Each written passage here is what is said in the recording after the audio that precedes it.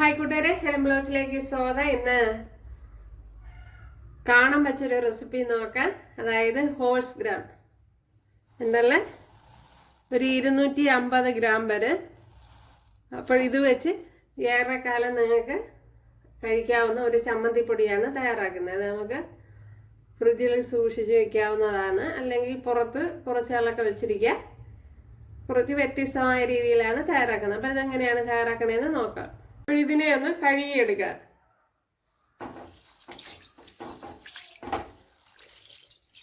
കഴുകിയെടുത്തോണ്ട് വന്ന് ഒന്ന് വെള്ളം തോർത്തിയെടുക്കാൻ വെച്ചിട്ടുണ്ട്. അപ്പോൾ വെള്ളം ഇതുപോലെ മാറ്റിയെടുക്കണം. ഇവിടെ ചട്ടി ചൂടായിട്ടുണ്ട്, ചട്ടിയിലേക്ക് ചേർത്ത് കൊടുക്കുക. അപ്പോഴിത് കഴുകി ഒത്തിരി സമയം അങ്ങനെ വെച്ചിരിക്കണ്ട, എങ്കിൽ കുതിർന്നു പോവും. അപ്പോൾ വെള്ളം ജസ്റ്റ് ഒന്ന് തോർന്ന് വരണം.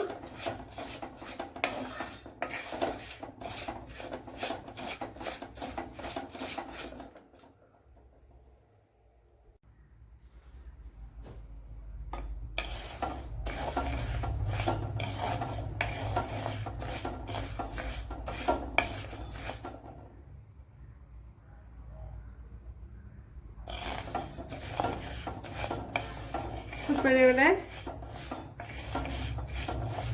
നല്ലതുപോലെ മൂത്ത് വന്നിട്ടുണ്ട്.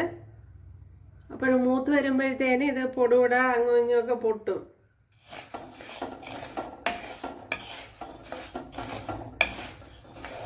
അതാണ് അതിൻ്റെ പരുവെന്ന് പറയുന്നത്. പിടിച്ച് സമയമെടുക്കും മൂത്ത് കിട്ടാൻ. അപ്പോൾ നല്ലതുപോലെ മൂപ്പിച്ചൊക്കെ എടുത്താൽ കുറേ ദിവസം നമുക്ക് ഉപയോഗിക്കാൻ പറ്റും. അപ്പോൾ ഹെൽത്തി ആയിട്ടുള്ള ഒരു സാധനമല്ലേ ഇത്. ഉണ്ട് ഇതേപോലെ പൊടിവിട പൊട്ടും.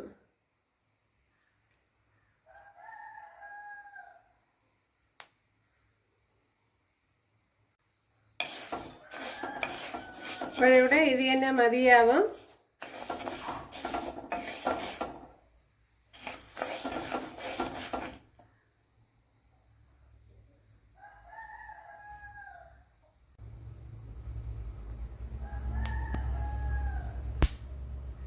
ഉണ്ടല്ലേ,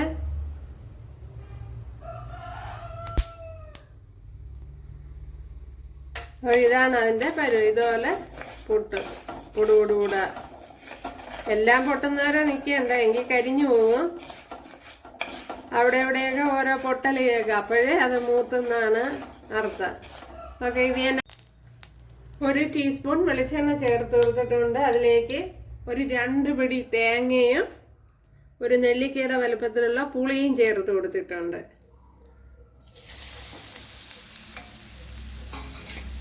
ഇതിനെ ഒന്ന് ഫ്രൈ ചെയ്തെടുക്കണം.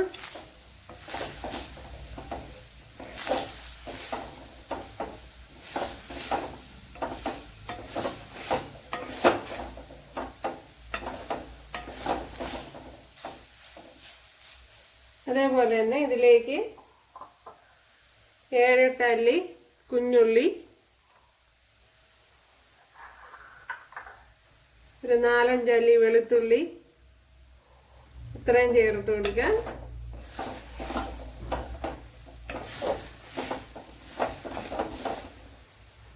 അതേപോലെ തന്നെ കുറച്ച് കറി ലീവ്സ് കൂടെ ചേർത്ത് കൊടുക്കാം.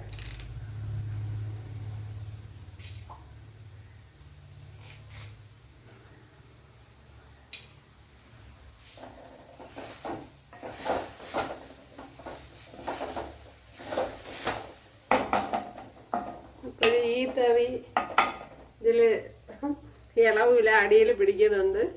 നല്ല സ്റ്റീൽ തവിയോ ചട്ടുവോ ഒക്കെയാണ് നല്ലത്, അല്ലെങ്കിൽ അടിയിൽ കയറി പിടിക്കും.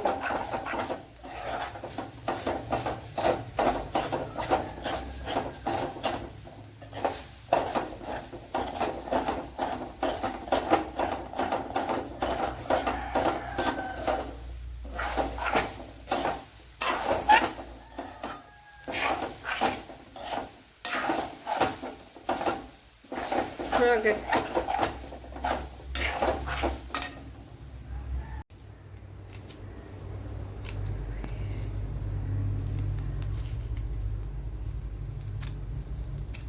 ഒരു 3 വറ്റൽമുളക് കട്ട് ചെയ്ത് ചേർത്ത് കൊടുത്തിട്ടുണ്ട്. പിന്നെ അവരവരെ എരിവിനനുസരിച്ച് ചേർത്ത് കൊടുക്കുക.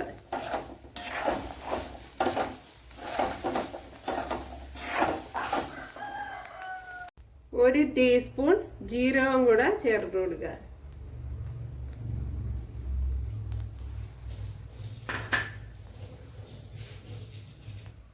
ഇതിലേക്ക് ആവശ്യത്തിനുള്ള ഉപ്പ് ചേർത്ത് കൊടുക്കുക. നമ്മുടെ തേങ്ങയൊക്കെ ഇവിടെ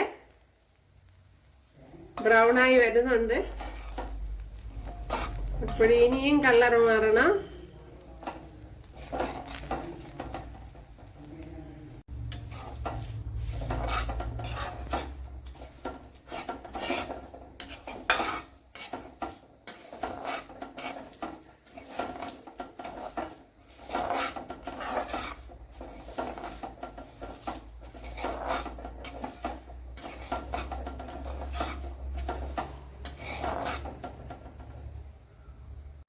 ഇവിടെ നല്ല ഡാർക്കായി വന്നിട്ടുണ്ട്. ഇതിലേക്ക് ഇനി ഒരു ടീസ്പൂൺ മല്ലിപ്പൊടി,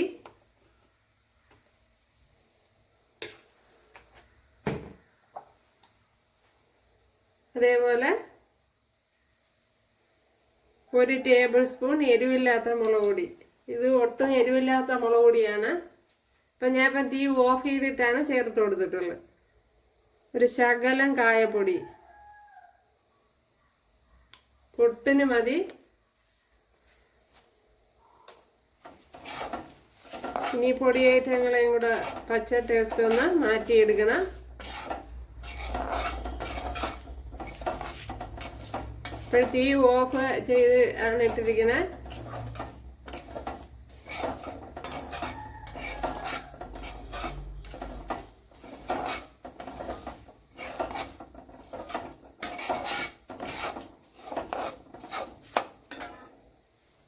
ഇനി ഇതിലേക്ക് നമ്മുടെ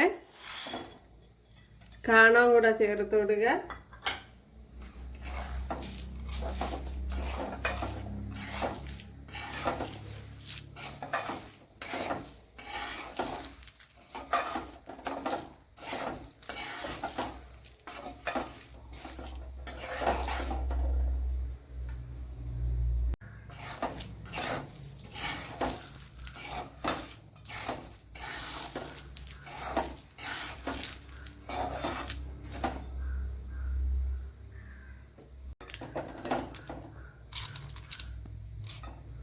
അപ്പോൾ തണുത്തതിന് ശേഷം മിക്സിയുടെ ജാറിലിട്ടൊന്ന് പൊടിച്ചെടുക്കുക. കണ്ടല്ലേ, നമ്മുടെ റെസിപ്പി ഇവിടെ റെഡി ആയിട്ടുണ്ട്. അപ്പോഴെല്ലാവരും ചെയ്ത് നോക്ക്. അപ്പം ഞാനിപ്പോൾ എൻ്റേതായ രീതിയിലാണ് ചെയ്തത്. അപ്പോഴേ അതിൻ്റേതായ ആ ടേസ്റ്റാണുള്ളത്. അപ്പോഴെല്ലാവർക്കും ഇഷ്ടപ്പെടണമെന്നില്ല. അപ്പോൾ ഇഷ്ടമായ സബ്സ്ക്രൈബ് ചെയ്ത് സപ്പോർട്ട് ചെയ്യുക. അതേപോലെ തന്നെ ഇത് ഏറെ നാൾ കേടുകൂടാതെ സൂക്ഷിക്കാവുന്നതാണ്. അപ്പോൾ നമ്മൾ ഒട്ടും നനവൊന്നും ഇല്ലാതെ വേണം. പാത്രമായാലും മിക്സിയുടെ ജാറായാലും നനവില്ലാതെ പൊടിച്ചെടുക്കണം. അപ്പോൾ ഏറെ നാൾ കേടുകൂടാതെ സൂക്ഷിക്കുക. അതേപോലെ ഇത് ഫ്രിഡ്ജിൽ സൂക്ഷിക്കുന്നതായിരിക്കും കുറച്ചുകൂടി നല്ലത്. അപ്പോൾ ഇഷ്ടമായ സബ്സ്ക്രൈബ് ചെയ്ത് സപ്പോർട്ട് ചെയ്യുക. അടുത്തൊരു വീഡിയോ ആയിട്ട് കാണാമെന്ന് പറഞ്ഞുകൊണ്ട് എല്ലാവർക്കും താങ്ക്സ്.